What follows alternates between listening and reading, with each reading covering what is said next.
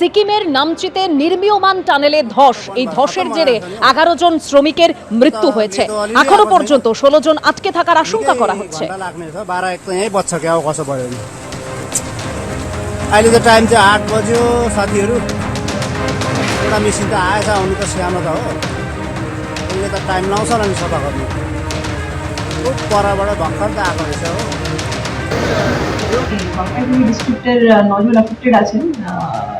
তো সেই নিয়ে আমরা আইডেন্টিফাই করেছি ওনাদের ফ্যামিলি মেম্বার্স যারা যারা যাওয়ার জন্য চেয়েছিলেন তাদেরকে নিয়ে যাওয়া হচ্ছে।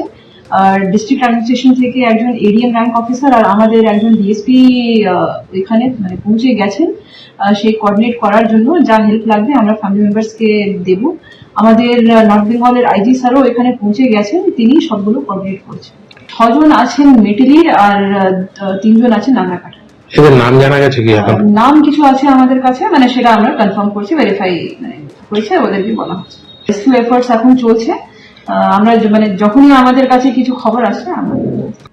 কলকাতা ছাড়িয়ে এবার জেলাতেও মেট্রো ঘোষণা মুখ্যমন্ত্রীর। প্রথমে কাছাকাছি থাকা 2 শহরকে যুক্ত করা হবে। আসানসোল, দুর্গাপুর এবং শিলিগুড়ি, জলপাইগুড়ি যুক্ত হবে। 50টি নতুন এসি বাসের উদ্বোধন করে বললেন মুখ্যমন্ত্রী শুভেন্দু অধিকারী। কলকাতা শহরেও ধীরে ধীরে সিটি মেট্রো চালুর পরিকল্পনা, প্রকল্প তৈরি করতে মুখ্য সচিবকে নির্দেশ মুখ্যমন্ত্রী। আমাদের রেলমন্ত্রী এসেছিলেন, আমরা বলেছি কলকাতা মেট্রোকে, আপনারা জানেন চিংড়িঘাটা মেট্রোর সমস্যা বিগত সরকার 17 মাসে মেটাতে পারেনি।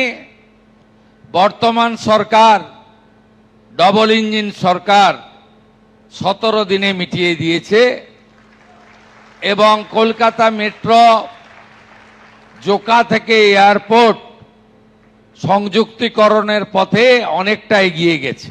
সিটি মেট্রো আমরা ধীরে ধীরে চালু করব।